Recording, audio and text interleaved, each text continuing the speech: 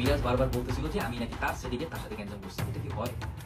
Hello guys, কেমন আছেন সবাই? আশা করি সবাই ভালো আছেন। তো গাইস, আপনারা তো কম বেশি অনেকেই জানেন যে প্র্যাঙ্কিং এর একটা নতুন সিরিজ আসতে চলেছিল, সেটার নাম হচ্ছে গভীর জলের মাছ। কিন্তু সেই শুটিং স্পটেই মারামারি বাজে সাকিব এবং মিরাজে। তো সেইটা নিয়ে সাকিব মুখ খুলেছে যে সেখানে আসলে কি হয়েছিল।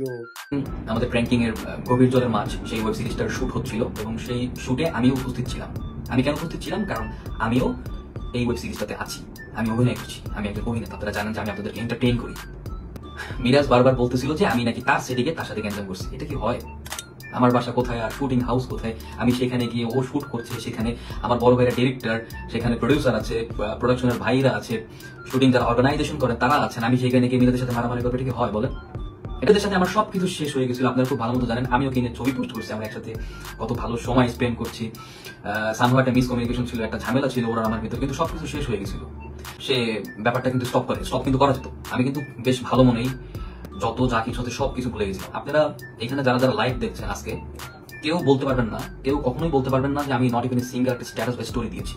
কিন্তু প্রতিটা নিয়ত মিরাজ কিন্তু আমাকে ইনডাইরেক্টলি করে বিভিন্ন জায়গায় ইন্টারভিউ দেওয়া শুরু করে, ফেসবুকের স্টোরি, তারপর বলেন নানান ধরনের টিকটকের বিভিন্ন ধরনের ক্যাপশনে থার্ড পার্সন এইটা এরকম নানান ধরনের নানান জায়গায় স্ট্যাটাস দিচ্ছিল, নানান ভাবে কথা বলছিল মানুষের সামনে, যাতে মানুষ আমাকে আরো ভুল। কিন্তু আপনারা কখনো বলতে পারবেন যে আমি ওখানে কোনো স্ট্যাটাস দিছিলাম, কোনো কথা বলছিলাম? কখনোই বলি নাই। সেদিন আমার শুট ছিল, সবকিছু ঠিকঠাক হওয়ার পরও আমার পিছনে বসে সাথী শান্ত ওদের সাথে এবং একজন ডিরেক্টর ছিল, আমি তার নাম বলবো না, তার সাথে বসে আমাকে নিয়ে গসিপ করছিল। তা আমি মিরাজকে বলছিলাম, মিরাজ আমরা এই ব্যাপারটা নিয়ে খুব ভালোভাবে আমরা ওভারকাম করছিলাম, আমরা মুভ অন করছিলাম, তো তারপরও বারবার এই ব্যাপারটা নিয়ে কেন আসতেছে? আমি এর জন্য ওকে আমার বাসায় ইনভাইট করছিলাম যে আমার বাসায় আসো, আমরা একসাথে বসি কথা বলি। আমরা কখনো রেস্টুরেন্টে বসি চা খেতে খেতে কথা বলি না। সে তারপরে এই ব্যাপারটা নিয়ে বা একটা মানুষ কত নিতে পারে। তো আমি তখন ওরে ডাকছি যে মিরাজ সাইডে আসলে, এখানে সাথে ছিল, শান্ত ছিল, আর অনেক আর্টিস্ট ছিল, ডিরেক্টর ছিল। আমি ওরা ডাকি, ও আমার সাথে আসে না। ও বলে যে কেন আমি যাবো কেন? কারণ সে তো দোষ করছে, সে যাবে কেন? তার তো সেরকম সৎ সাহস নাই। আমার বলা উচিত ছিল।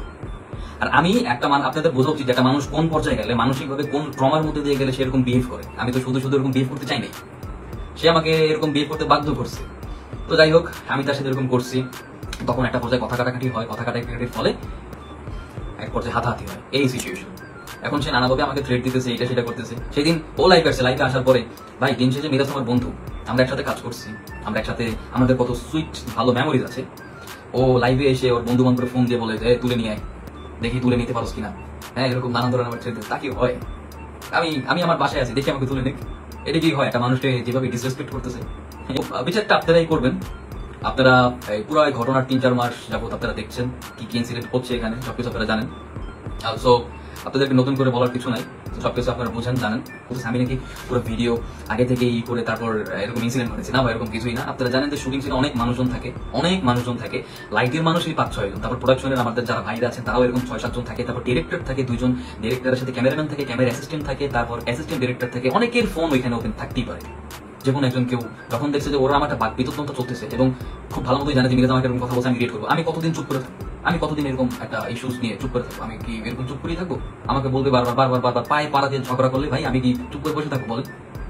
তো সাকিবের এই লাইভটি শেষ হওয়ার পরই মিরাজ স্ট্যাটাস দিয়ে বলেছে, সাকিব লাইভে এসে ভুল তথ্য দিছস, সঠিক উত্তর আমি দিব, অপেক্ষা কর। তো গাইস, এখানে আপনার কি মনে হয়, এখানে কে আসল দোষী? মিরাজের লাইভ যারা দেখেছিলেন সেখানে মিরাজ কি বলেছে এবং এখানে সাকিব কি বলতেছে? সো এই নিয়ে আপনাদের কি মতামত অবশ্যই কমেন্ট করে জানিয়ে দিবেন। তো গাইস, আজকের ভিডিও এই পর্যন্ত। যদি ভিডিওটি ভালো লেগে থাকে অবশ্যই লাইক দিবেন, কমেন্ট করে আপনার মতামত জানাবেন, শেয়ার করবেন এবং এই চ্যানেলে নতুন হয়ে থাকলে অবশ্যই সাবস্ক্রাইব করে পাশে বেল বাটনটি বাজিয়ে দিবেন। ধন্যবাদ।